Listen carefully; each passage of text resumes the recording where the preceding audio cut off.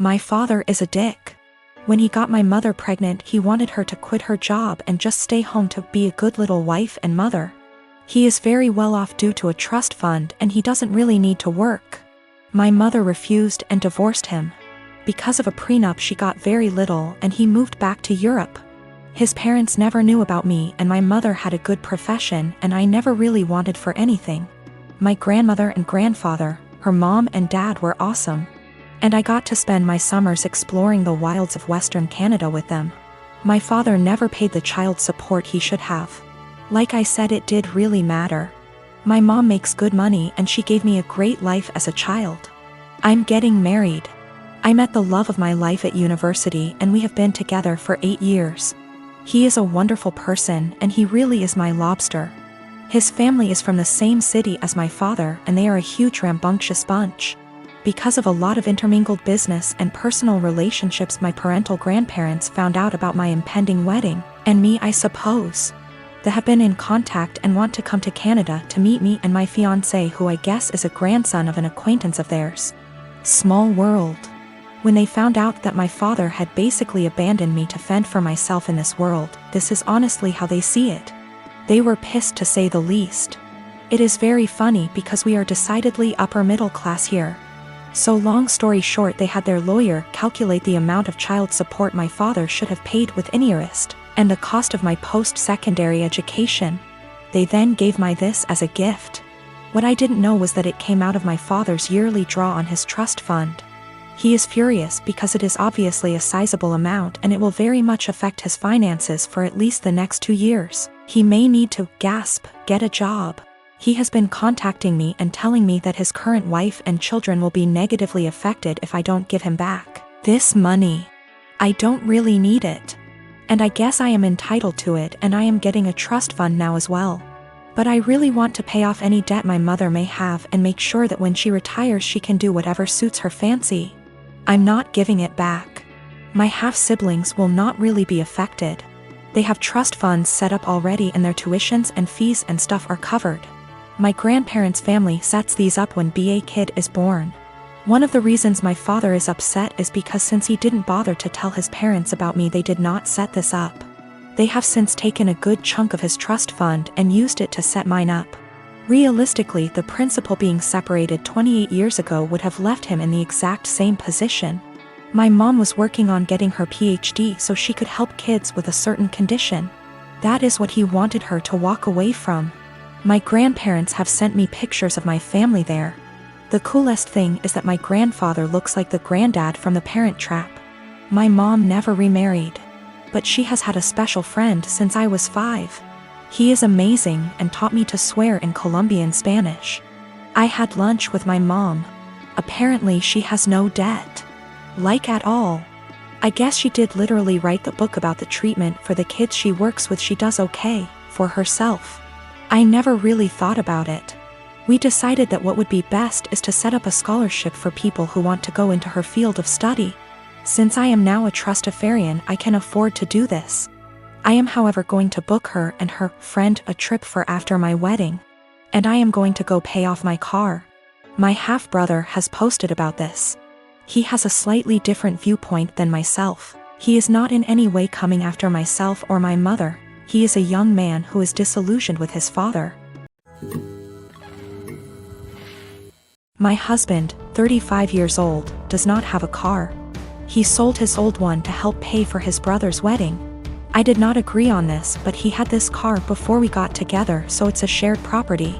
Besides that, I have my own car, so that did not affect me till my husband started complaining about having to commute to work and hangout places. He tried to get me to let him drive my car several times, but I stood firm and put a boundary, making him understand that my car will never be driven by him. One of the reasons why is because of how bad his driving is. His brother lives out of town. My husband asked if he could drive my car to the wedding, but I refused, but not because I'm not invited. Another story for another day, because like I said, my car is off limits. He threw a fit calling me unreasonable to let him take public transportation because he can barely stand it for 10 minutes, let alone hours. I said it wasn't my problem, which irritated him but made him stop arguing about it. The day that he was supposed to travel out of town, I woke at 10 a.m. and couldn't find my car key. I went outside and couldn't find my car either. I was beyond pissed. I called him and like I expected, he took it and was on his way to the other town. I lost it and told him I gave him no permission to take it for a whole 5 days and said that if he won't turn around with it and come home then I'd call the cops and report it missing. His response was, "You wouldn't dare do it 'cause you know what would happen." I hung up on him then immediately called the police and told them about my situation. I did not tell them my husband took it because they'd think it's a family dispute and decide to not get involved. I just reported it missing.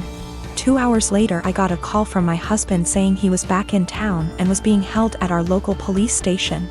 I went to the station and talked to the cops.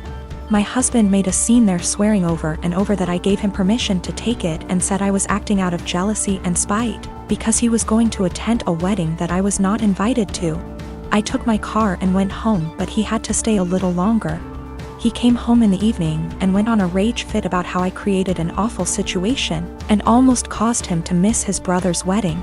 He called me vindictive, bitter and a lunatic to call the police on him and try to accuse him of stealing my car. He had to leave the same day to be able to be there with his family and decided to extend his stay and he still hasn't gotten back yet. Right now his mom and brother are blasting me for what happened and calling me spiteful. So I live in a flat with 3 other people, childhood best friend, a guy from my uni course and his cousin. For the most part we get along really well and rarely have disagreements. However, this has been a real point of contention lately.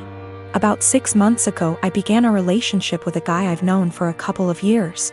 I know it's still a fairly new relationship but I really like him, he makes me really happy and we're pretty serious about each other. Up until recently, he would come visit me at my flat 3 to 4 times a week.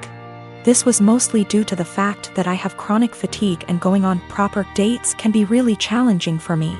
Instead of going out to dinner or a film or whatever, we'd just chill in my room or the living room, watch TV and get takeout or cook together. I didn't really consult anyone about this Bex say. All the other flatmates have their partners over as often if not more so and B.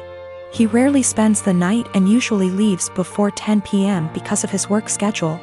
So the issue, 2 weeks ago comes to me and tells me that I need to stop having my boyfriend over because it's starting to get annoying. I asked her why and she said it's irritating to have someone who doesn't live there, skulking around all the time. I pointed out that her boyfriend sleeps over 3 nights a week and thus is here more often than mine, and she claimed that was different because they've been together for 11 years and are moving in together once her lease is up.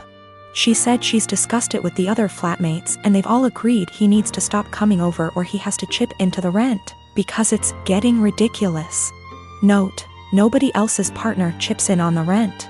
I confirmed with the other 2 that yes, this is an agreement they've made. Though my best friend said basically made her agree by threatening to cut off the Wi-Fi and utilities, which are in her name, if she didn't. I asked if this rule applies to everyone, but apparently it's just me. I pointed out that it's unfair and was basically told to deal with it. My potential assholery, I've begun loudly insisting that if my partner isn't allowed to come over, neither is anybody else's. If I answer the door to anyone's partner I'll send them away. If I come home and someone's partner is there I'll make a point to mention that I thought we weren't having partners who don't pay rent over anymore. I've asked boyfriend over and over how much rent he's paying and pretend to be affronted and make a fuss when he says he doesn't. Everyone's pretty pissed at me and is telling me I'm being unreasonable. I know I'm being petty, but I think it's unreasonable that there's one rule for me and another for everyone else, and I'm trying to make that point. Am I really the asshole here? Some questions people keep asking. If I knew of something my boyfriend was doing to be annoying / if anyone had told me that he was doing something I'd have included it. I'm not aware of anything he does, and when I ask why I doesn't like him I just get a shrug and just do. I will also state I'm bi, and she's never had an issue with any female partners I've had. We don't hang out in the living room much. We literally only use it if there's something we want to watch that I can't get on my bedroom TV and there's nobody else in there. We use the kitchen more often than the living room, but honestly even that isn't that often. We eat far too much takeout pizza rip. A lot of people seem confused, so just clearing up who's who in the situation, the one who brought all this up is not my best friend. Not to get too much into a tangent, but basically just over a year ago I was moving out of halls at university and was looking for a new place, so we decided to move in together. At the same time, a dude from my course was looking for a flat share. We couldn't find a 3-bed but found a really nice 4-bed, and he mentioned his cousin was also looking for somewhere to live, so she got on board too. I only met her last year and we don't really know each other very well. By chronic fatigue I mean chronic fatigue syndrome. Sorry, that's apparently so unclear. Almost all the marriages in my family have been arranged marriages.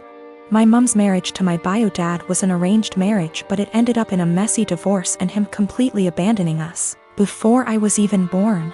My mom had a love marriage the second time, despite the disapproval of her family, and has been much happier with my stepdad than she probably would have ever been with my bio dad.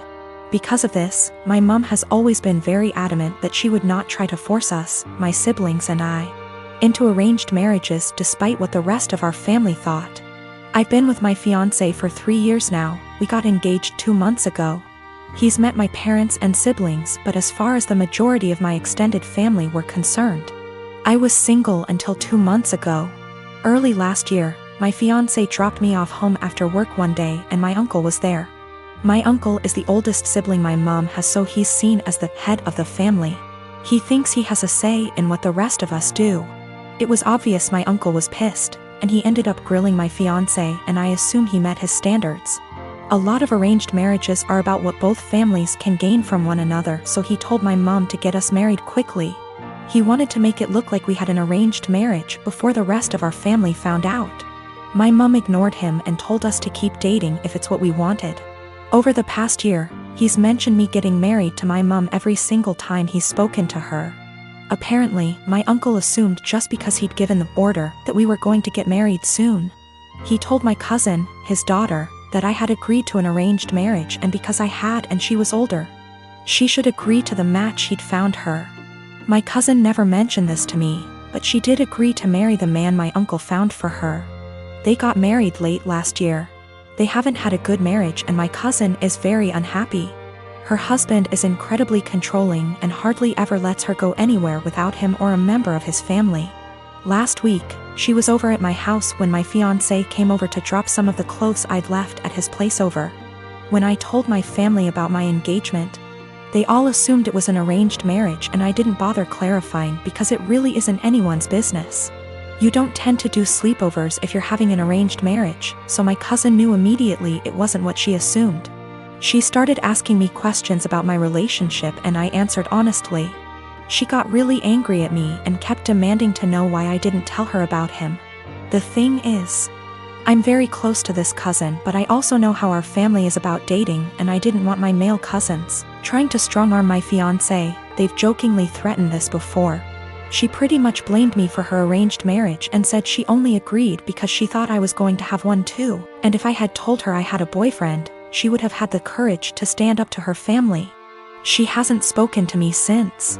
I do feel bad for her. I know how unhappy she is, but if she had mentioned what my uncle told her earlier, I would have clarified. I don't want this to be the end of our relationship, but I don't know what I can do to fix this.